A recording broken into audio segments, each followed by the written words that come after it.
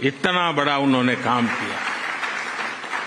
मैं चाहता हूं उनके इस व्यक्तित्व को, भारत यूएई रिश्तों की गहराई को केवल यूएई और भारत के लोग ही नहीं बल्कि पूरा विश्व भी जाने।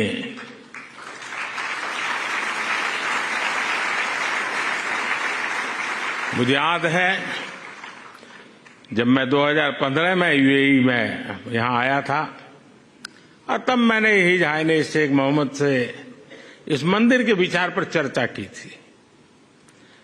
मैंने भारत के लोगों की इच्छा उनके सामने रखी तो उन्होंने पलक झपकते ही उसी पल मेरे प्रस्ताव के लिए हां कर दिया।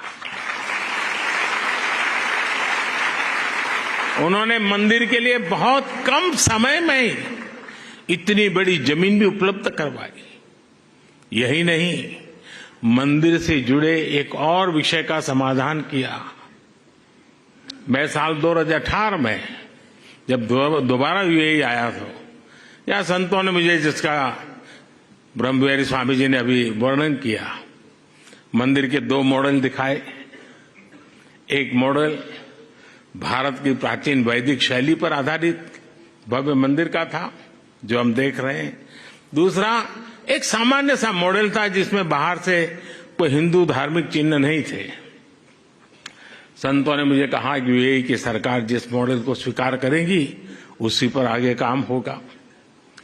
जब यह सवाल हिज हाइनेस शेख मोहम्मद के पास गया तो उनकी सोच साफ, एकदम साफ थी। उनका कहना था कि अबू धाबी में जो मंदिर बने वो अपने पूरे वैभव और गौरव के साथ बने।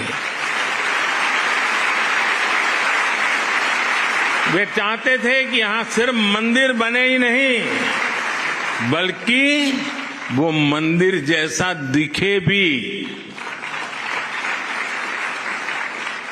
साथियों, ये छोटी बात नहीं है, बहुत बड़ी बात है। यहां सिर्फ मंदिर बने ही नहीं लेकिन वो मंदिर जैसा दिखे भी।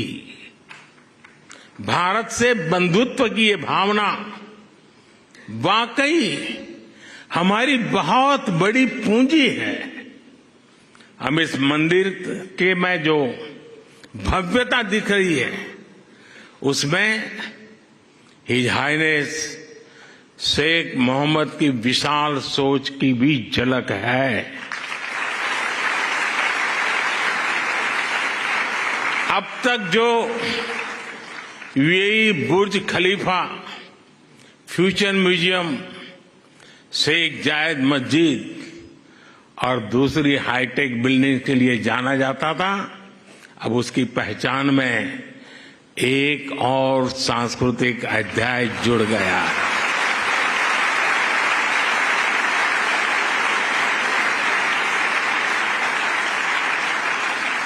मुझे विश्वास है कि आने वाले समय में यहां बड़ी संख्या में श्रद्धालु आएंगे।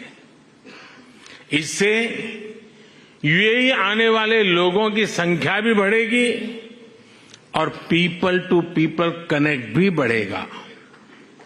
मैं पूरे भारत और विश्व भर में रहने वाले करोड़ों भारतवासियों की ओर से president his highness Sheikh Mohammed को और यूएई सरकार को बहुत बहुत धन्यवाद देता हूं।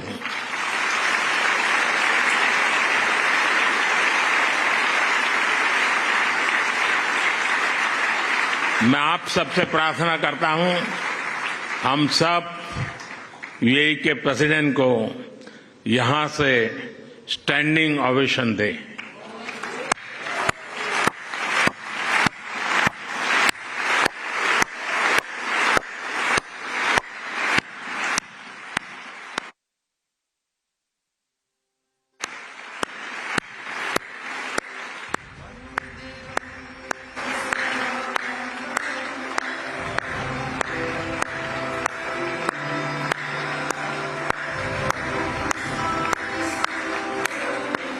बहुत बहुत धन्यवाद। मैं यूएई के लोगों का भी उनके सहयोग के लिए हृदय से आभार व्यक्त करता हूं। साथियों, भारत और यूएई की दोस्ती को आज पूरी दुनिया में आपसी विश्वास और सहयोग के एक उदाहरण के रूप में देखा जाता है। खासकर बीते वर्षों में हमारे संबंधों ने एक नई ऊंचाई हासिल की है, लेकिन भारत अपने इन रिश्तों को केवल वर्तमान संदर्भ में ही नहीं देखता। हमारे लिए इन रिश्तों की जड़ें हजारों साल पुरानी है। अरब जगत सैकड़ों वर्ष पहले भारत और यूरोप के बीच व्यापार में एक ब्रिज की भूमिका निभाता था। मैं जिस गुजरात से आता हूं, वहां के व्यापारियों के लिए, हमारे पूर्वजों के लिए तो अरब जगत व्यापारिक रिश्तों का प्रमुख केंद्र होता था। सभ्यताओं के इस समागम से ही नई संभावनाओं का जन्म होता है। इसी संगम से कला, साहित्य और संस्कृति की नई धाराएं निकलती है। इसलिए अबू धाबी में बना ये भव्य मंदिर इसलिए इतना महत्वपूर्ण है। इस मंदिर ने हमारे प्राचीन रिश्तों में नई सांस्कृतिक ऊर्जा भर दी है। साथियों, अबू धाबी का ये विशाल मंदिर केवल एक उपासना स्थली नहीं है, ये मानवता की साझी विरासत का शेयर्ड हेरिटेज का प्रतीक है।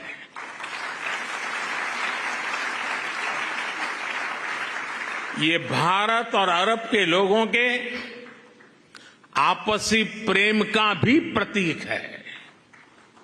इसमें भारत यूएई के रिश्तों का एक आध्यात्मिक प्रतिबिंब भी है।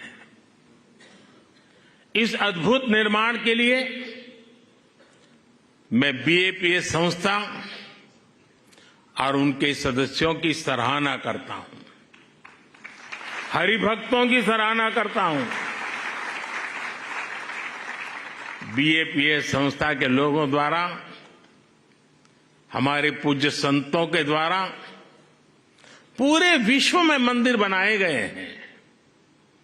इन मंदिरों में जितना ध्यान वैदिक बारीकियों का रखा जाता है, उतनी ही आधुनिकता भी उसमें झलकती है।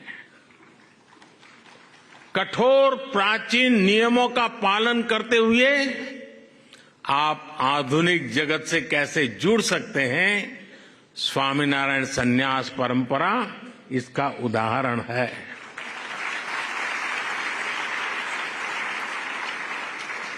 आपका प्रबंध कौशल, व्यवस्था संचालन और उसके साथ साथ हर श्रद्धालु को लेकर संवेदनशीलता, हर कोई इससे बहुत कुछ सीख सकता है।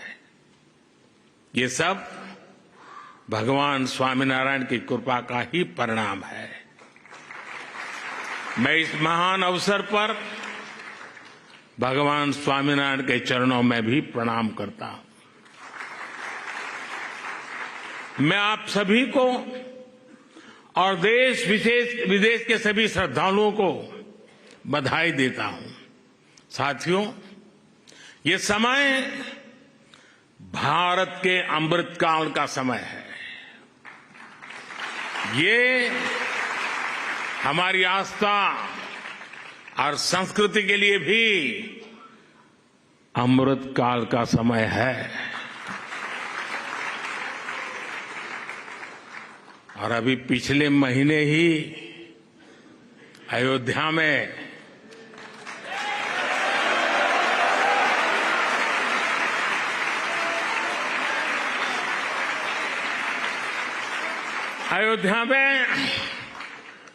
भव्य राम मंदिर का सदियों पुराना सपना पूरा हुआ है।